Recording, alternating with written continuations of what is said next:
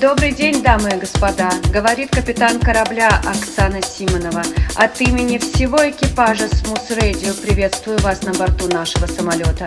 Наш рейс выполняется по маршруту Любовь-Москва. Время в пути составит 60 минут. Желаю приятного полета. Пристегните ремни, мы взлетаем. Ну что, в нашей студии сегодня неповторимый маэстро изящных искусств, дизайнер Николай Недодиров.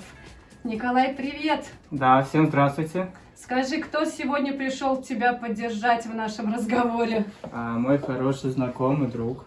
Как друга зовут? Андрей. Андрей, всем привет передавай. Ты у нас стюард. Ты сегодня не случайно оказался. Еще международник, да? Да, международник. Так что, если что, ты меня поддержишь, как капитана Поддержу и воздушного спасу. судна. Москва Спасибо тяну. на этом. Хочу представить Николая. Николай — это тот человек, который волшебным образом превращает каждую девушку в элегантную, успешную и дорогую особу. Я пригласила тебя, Коль, сегодня не случайно. Я знаю, как ты не жалуешь всякие интервью, но для меня ты сделал исключение, за что огромное спасибо. Хочу рассказать зрителям и слушателям, что именно ты создаешь мой образ пилота, над которым мы еще работаем, над еще одним образом, который обязательно продемонстрируем в следующих показах. Давай сразу с вопросов. Элегантность и хороший вкус. Их можно привить? Ну, это проблематично, конечно. Если нет вкуса, то нет стиля. Или есть стиль, но нет вкуса. Но привить, конечно, нужно как любую прививку. С чего началось твое персональное путешествие? Как ты пришел в профессию дизайнера? Вообще чисто случайно. Ну, расскажи поподробнее, как это, какая такая случайность произошла? Потому что первое образование я художник росписи по фаянсовым фарфоровым изделиям, так как я умел хорошо рисовать, и нужно было пойти куда-то учиться, и название дизайнер, модельер, конструктор меня очень как-то заинтересовало. И вот подал документы и начал. И все оттуда и началось. Ну а как дальше складывался твой путь профессиональный, творческий? Какие взлеты были на твоем пути, кроме вот сегодняшнего эфира взлетного? Ну, таких масштабных взлетов не было. Пока. Пока, но все впереди, конечно же. Да. Ну, я думаю, что...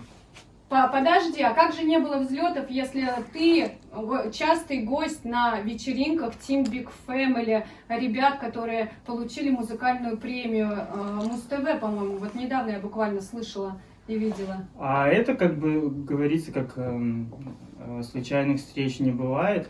Вот мы познакомились и вот с ними как бы сотрудничаем на всех мероприятиях. На формате России это взлет еще какой, просто надо всегда оценивать свои вложения. Почему решил приехать в Россию?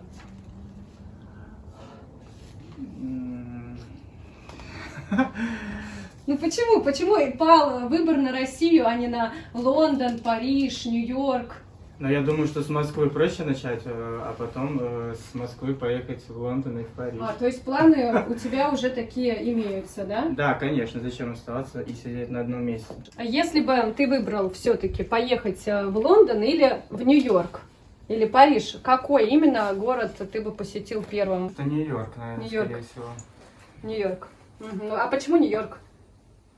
Не знаю, там круто. Нью-Йорк очень свободный город, как и, в принципе, сама Америка.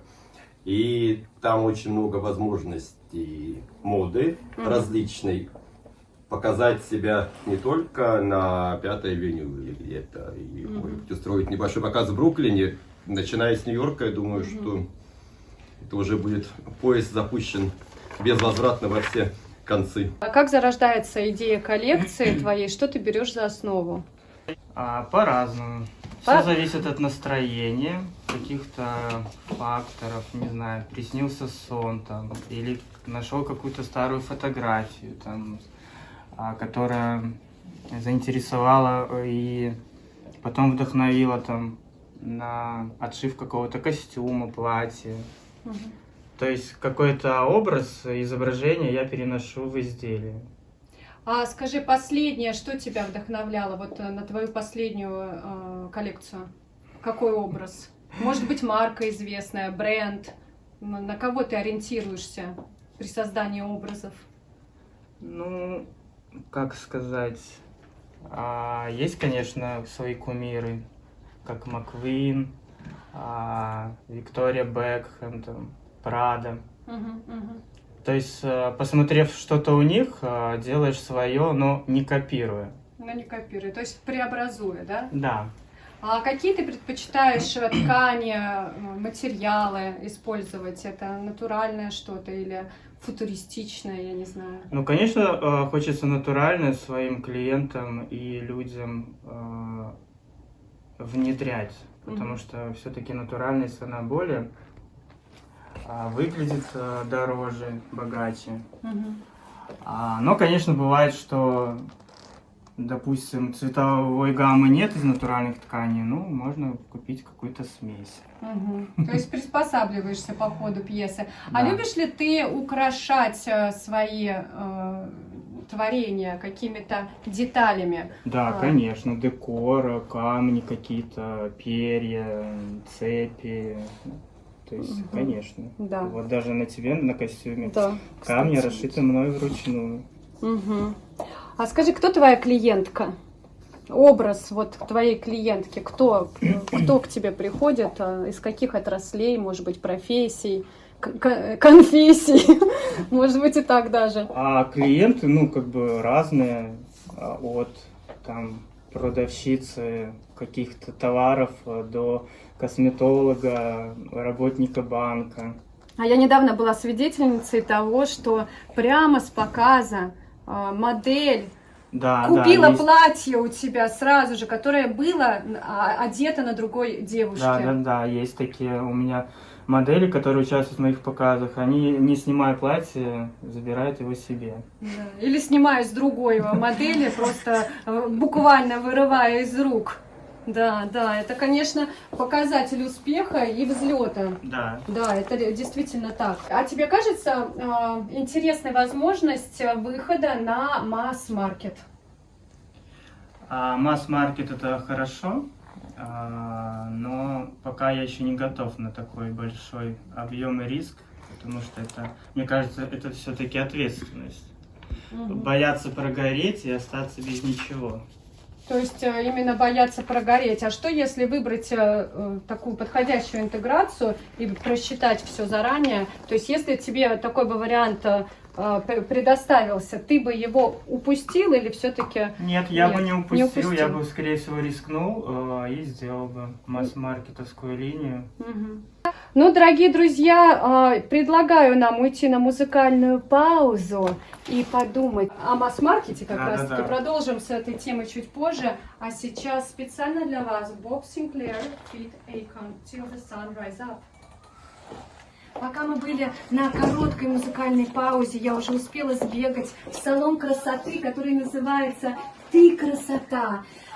И вы знаете, кому нужна красота, ее раздают именно здесь. Улица Солнечная, дом 6. Подходите за парашютом к запасному выходу и прыгайте на земле. В Царицыно вас встретит мастер по парикмахерскому искусству, которого зовут Мир. Так что весь мир к вашим ногам и рукам. Желаю приятного полета. И как только преобразитесь, конечно же, возвращайтесь на борт нашего воздушного судна, потому что здесь вам всегда рады. А сейчас мы продолжаем наш разговор про элегантность как визитку с Николаем Недодировым и его веселым другом, стюардом.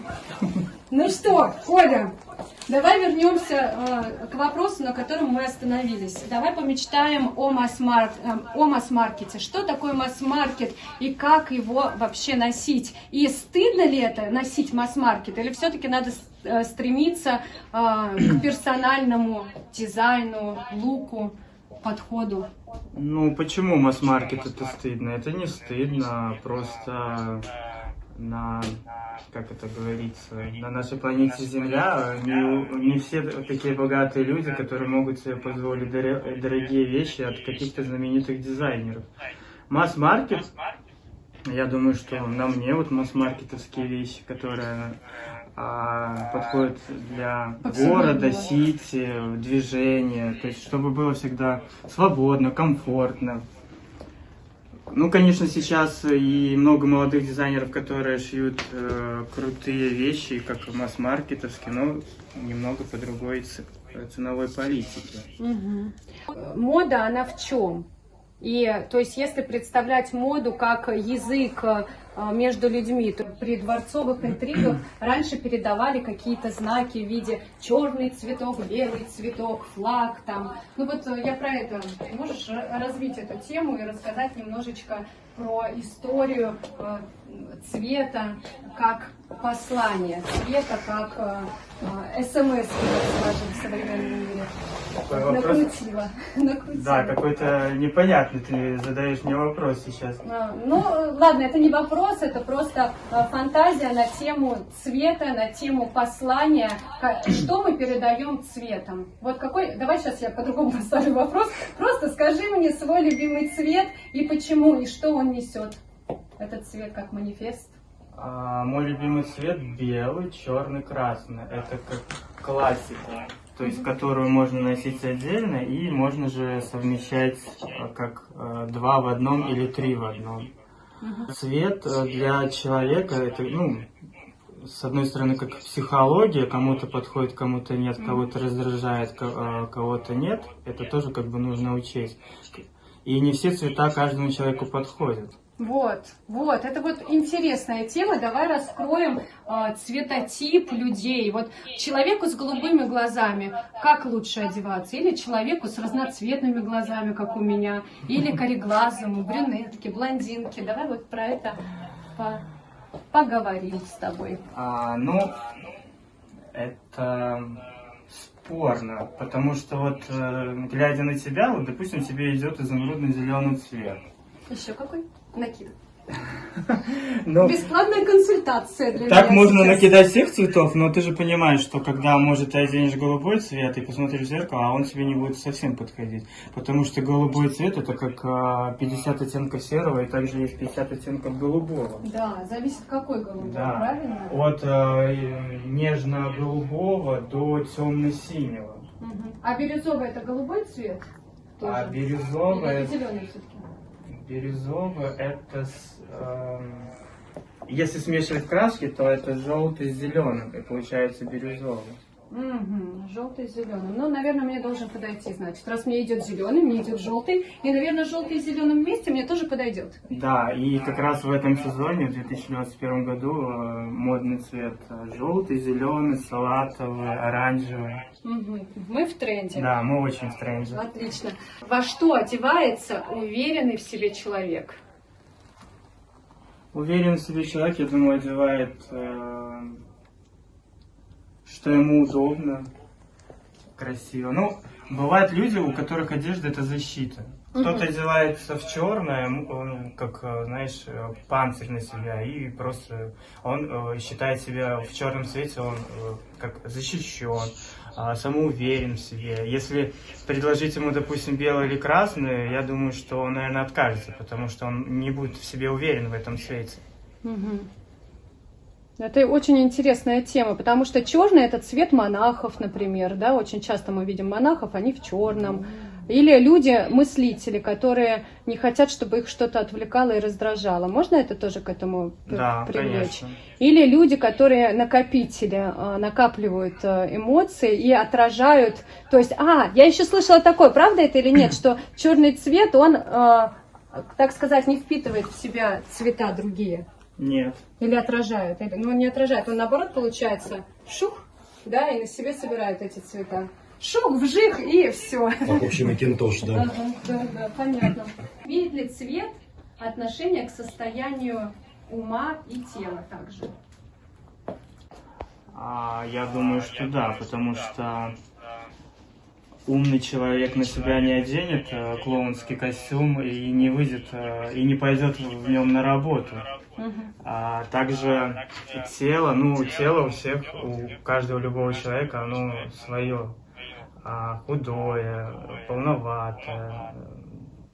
Хорошо, на этой ноте я предлагаю нам уйти на музыкальную паузу, и мы продолжим обязательно развитие этой темы по поводу силуэта, фигуры и стиля. А сейчас специально, что с вами программа «Любовь Москва» и ваш капитан Оксана Симонова. И мы, конечно же, на волнах Smooth Style Radio. И рядом со мной невероятный волшебник. Какого искусства? Вы все знаете, искусство элегантности, да, дизайнер Николай Недодиров. Николай, мы остановились на вопросе, как ты отдыхаешь, где ты любишь проводить время. И так, чтобы было проще ответить на вопрос, скажи, ты когда приехала в Москву, что тебя поразило больше всего? Назови 5 мест, которые тебя вдохновили, 5 мест, которые ты рекомендуешь посетить обязательно в Москве для людей, которые сюда приезжают и остаются. Когда я приехал в Москву, мне показали, что, наверное, как и всем, это Красная площадь, Старый Арбат, Царицынский парк. Это вот 3 места, которые мне запомнились и которые я с удовольствием всегда посещаю. Также, что я могу еще порекомендовать посетить? Это Москва-Сити, 4-е, наверное, место. Ну, а 5-е, наверное, набережная река, Москва-река. Скажи, какие качества тебе нравятся в местных людях? Назовем их москвичами. Ну, я думаю, что москвичи такие же, как и белорусы, все гостеприимные, добрые. И ты смотришь при этом на Андрея. Да. Но он, конечно, подмосквич, но ничего страшного. Особо. И не белорус, да? Прибалт. Прибалт? Ну, Прибалт, говори тогда, как тебе родина-матушка Россия? Ну, родина-матушка у меня началась еще в Советском Союзе, когда все это было СССР. СССР. Ну. Здесь я уже около 30 лет нахожусь. 18, там, 16 я уже живу в Москве непосредственно, я переехал. Так как вот тут, в принципе, у нас страна многонациональная, даже, да, может быть, чересчур многонациональная. Если у нас даже из Африки люди приезжают к нам жить, свой какой-то колорит вносят обязательно. Люди мы сами себе гостеприимные. В этом, мне кажется, да, действительно есть взаимосвязь с белорусами. То есть всегда, если надо будет, грубо говоря, на подорожниковом листе, там картошку, селедку, бутылочку. Стол накроют. Конечно. Все накроем, все сделаем красиво всегда. Вот, соответственно. Назови эти места, в которых ты любишь поесть вкусно. Или назови имена этих друзей, к которым можно прийти и поесть. Ну, в Москве. Я люблю балканскую кухню. На профсоюзной есть прекрасная кафешка, называется Старая Юга. Там владелец серб город. Старая йога. Старая йога, да. Или юга. Юга очень Юга. вкусно Старая готовят там. юга. Ну вот. Потом что еще? Из Кофейня, например. кофеен. В Starbucks ходишь? Starbucks, да. Starbucks мне, в принципе, нравится. Но про Москву не могу особо сказать. В Москве я редко хожу в кофейни, чаще это получается за рубежом. Вот. Здесь, пожалуйста, Тарас Бульба. Украинская, да, наша славянская кухня. Можно выделить то да сё, прежде всего то да сё, которое на Пушкинской находится. То да сё. Там ну, азиатская точно. Кухня очень вкусная. Лапшичка. Ребята, а давайте сейчас мы остановимся на этом, потому что Москва, она для каждого своя, да? Москва для кого-то добрая, для кого-то злая, для кого-то строгая. Это я уже говорила, наверное. Но она строгая, и иногда еще дает вкусняшки какие-то, да, и помогает нам. Скажите одним словом, за что вы любите Москву, и советы для людей, которые хотят приехать, ну вот даже которые увлечены тем же делом, что и вы, дизайнерским путем. Путем все будет путем. А у нас все путем. Да, дорогие? Пучком. Да, привет передаю своей соведущей. Да. Программе четверговой Да. мудрости Татьяны Пучковой. Муа-муа-муа. Я думаю, что совет для... Совет на любовь, дорогие Да, друзья. да. Мы полетели дальше, улетаем мы на музыкальную уже неделю. До скорых встреч, да, полетели, да, мы уже на Мальдивы с вами укатили, а вы оставайтесь в Москве и обязательно не пропускайте наш следующий рейс «Любовь, Москва». С вами была Оксана Симонова, Николай Недодиров и наш стюард, персональный стюард. Пока-пока. До свидания. Пока-пока.